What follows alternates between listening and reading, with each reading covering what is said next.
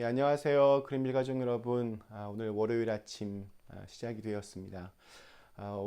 이번 한 주간에도 우리 매일 한 말씀을 통해서 하나님의 말씀으로 우리가 가야 할 길을 가고 또 우리가 있어야 할 자리들을 잘 분별하여서 그 자리를 잘 지킬 수 있는 한 주간이 되었으면 좋겠습니다. 네, 오늘은 저희가 시편 64편 말씀으로 오늘 이 아침을 시작하려고 합니다. 시편 64편에 있는 말씀을 제가 먼저 읽도록 하겠습니다. 하나님이여, 내가 근심하는 소리를 들으시고 원수의 두려움에서 나의 생명을 보존하소서. 주는 악을 꾀하는 자들의 음모에서 나를 숨겨주시고 악을 행하는 자들의 소동에서 나를 감추어 주소서. 그들이 칼같이 자기 혀를 연마하며 화살같이 독한 말로 겨누고 숨은 곳에서 온전한 자를 쏘며 갑자기 쏘고 두려워하지 아니하는도다. 그들은 악한 목적으로 서로 격려하며 남몰래 올무 놓기를 함께 의논하고 하는 말이 누가 우리를 보리요 하며 그들은 죄악을 꾸미며 이르기를 우리가 묘책을 찾았다 나니 각 사람의 속뜻과 마음이 깊도다. 그러나 하나님이 그들을 쏘시리니 그들이 갑자기 화살에 상하리로다. 이러므로 그들이 엎드려지리니 그들의 혀가 그들을 해함이라. 그들을 보는 자가 다 머리를 흔들리로다. 모든 사람이 두려워하여 하나님의 일을 선포하며 그의 행하심을 깊이 생각하리로다. 의인은 여호와로 말미암아 즐거워하며 그에게 피하리니 마음이 정직한 자는 다 자랑하리로다. 아멘. 월남전 때 미군이 베트공과 싸우면서 가장 두려웠던 것이 적이 눈에 보이지 않는다는 거였습니다. 적이 눈에 보이지 않는데 갑자기 폭탄이 떨어져서 막사가 다 박살이 나고 또 군인들이 죽어갑니다. 또 착하게 보이는 민간인들이 미군과 함께 걸어가다가 갑자기 베트공으로 변신하여서 총을 쏘아대고 숲속으로 달아나는데 뒤를 따라가면 그 깊은 숲속에서 아무도 발견할 수 없었다고 합니다. 분명히 나를 누군가가 지금 공격하고 있는데 그게 보이지 않으면 이때 사람의 심리는 극도의 두려움과 공포감에 빠질 수밖에 없습니다. 그리고 내 주위에 있는 모든 사람들을 의심할 수밖에 없습니다. 오늘 저희가 읽은 시편 64편에서 다윗이 지금 그런 상태에 빠진 것 같습니다. 오늘 1절과 2절 말씀이 이렇게 시작합니다. 하나님이여, 내가 근심하는 소리를 들으시고 원수의 두려움에서 나의 생명을 보존하소서. 주는 악을 꾀하는 자들의 음모에서 나를 숨겨주시고 악을 행하는 자들의 소동에서 나를 감추어 주소서. 지금 상대방은 자기의 신분을 감추고 있기 때문에 아주 여유가 있습니다. 반면에 다윗은 도무지 지금 자기를 공격하는 적이 누구인지 알 수 없는 형편에서 연달아 지금 공격의 펀치를 얻어맞고 있는 것입니다. 게다가 나를 도와줄 수 있는 사람도 보이지가 않습니다. 이러한 상황이 되면 두려워하지 않을 수 없으며 또 생명의 위협을 느끼지 않을 수 없습니다. 저 예전에 대학교 다닐 때 인도에 간 적이 있었습니다. 그때 캘커타에서 선교하시던 한국 우리 선교사님을 만났는데 그분이 처음 사역을 시작하실 때 이런 비슷한 어려움을 겪으셨다고 합니다. 밤에 소리가 나서 나가 보니까 누군가가 그때 사역을 막 시작한 그 건물 유리창을 다 박살 내놓았다고 합니다. 그리고 붉은 페인트로 당장 너희 나라로 돌아가라. 그러지 않으면 죽이겠다. 그런 글을 써놓았습니다. 그래서 그냥 아무 일 없는 것처럼 며칠이 걸려서 다시 유리창을 갈아 끼고 페인트 칠을 다시 칠해 놓았는데 또 얼마 뒤에 똑같은 돌로 유리창을 깨고 페인트로 이렇게 협박장 비슷한 그런 글들을 써놓기를 이것이 몇 번이 계속해서 이렇게 반복이 되었다고 합니다. 하루는 너무 이게 분하기도 하고 또 너무 무섭기도 하고 이 선교사님이 한밤중에 그 밖에 나가서 큰 소리로 외쳤다고 합니다. 이분이 공수부대 출신이었는데 내가 한국에서 코맨도 출신이었고 내가 태권도가 몇 단이고 그러면서 나는 당신들을 사랑하러 온 사람이라고 그러니 제발 옛날 내 그 성격이 나오지 않도록 도와달라고 미친 듯이 소리를 질렀다고 합니다. 누군지를 알면 직접 찾아가서 단판이라도 지을 텐데 누군지를 알 수가 없으니 정말 미칠 지경이었다고 합니다. 그때 정말 보따리를 싸서 한국으로 돌아가려고 하셨는데 감사하게도 이 선교사로 처음 이제 인도 땅을 밟았을 때 그 하나님이 주셨던 마음, 그 순수한 열정들이 다시 생각이 나면서 하나님의 부르심에 대한 묵상을 통해서 이것이 내가 감당해야 될 십자가구나 생각하니 마음의 어떤 평정심을 되찾으셨다고 합니다.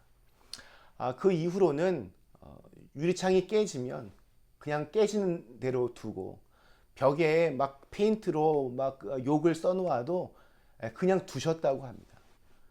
그렇게 하니까 깨진 유리창에 돌을 또다시 던질 이유가 없으니 계속 그렇게 유지가 되었고 이미 페인트로 여기저기 많은 협박문들, 욕들을 써놓았기 때문에 또 다른 어떤 그런 글들을 남길 공간이 없으니까 더 이상 새로운 글씨들도 보이지 않게 되었다고 합니다.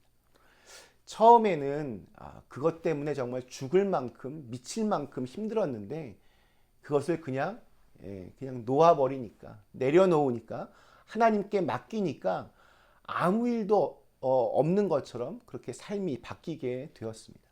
그리고 몇 년 동안 열심히 사역을 하시며 지역을 섬기다 보니 그 지역에 있는 그 동네에 있는 사람들이 이 선교사님의 진심을 알게 되었고 마을에 좀 이렇게 존경을 받는 그런 분이 되었습니다.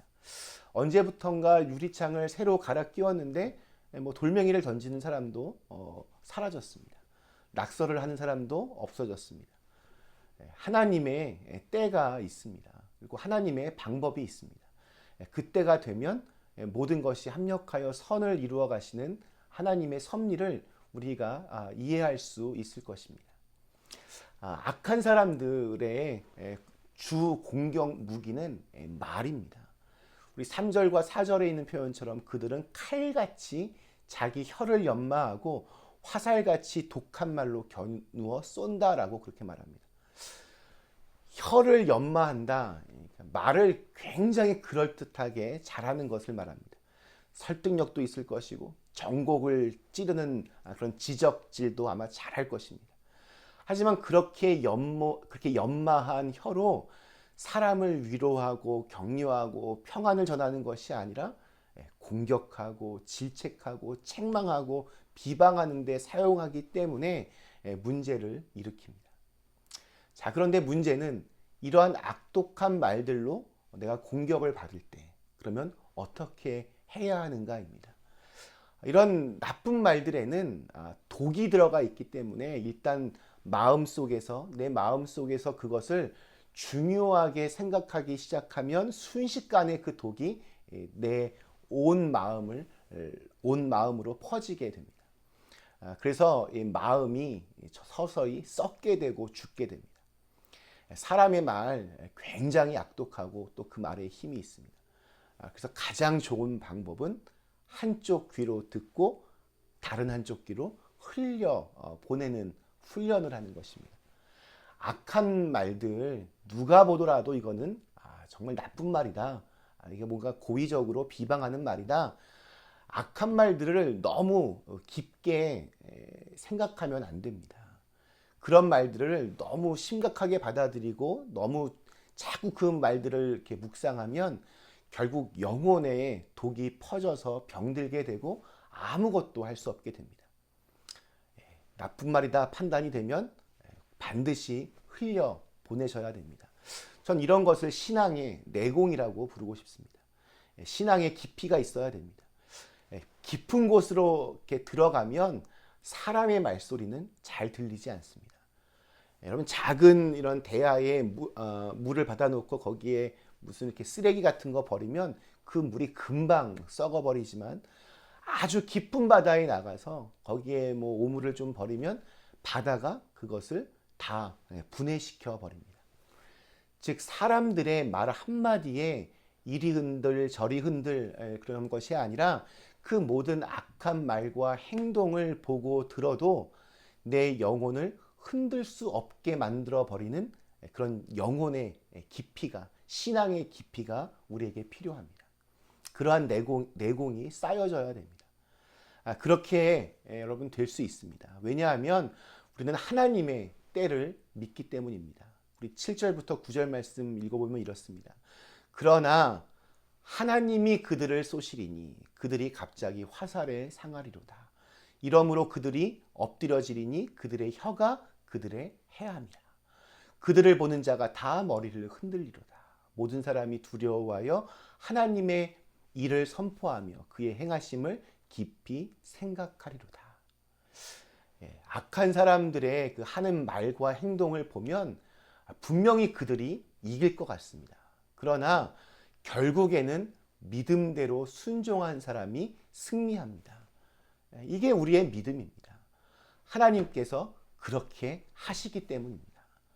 우리가 진리를 붙들려면 좀 이러한 영적인 싸움도 우리에게는 때론 필요합니다.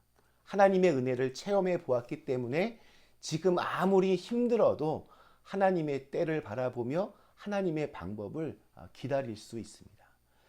이렇게 체험이 있는, 깊이가 있는 우리 신앙의 사람이 될 수 있도록 도전하고 또 그렇게 노력하셨으면 좋겠습니다.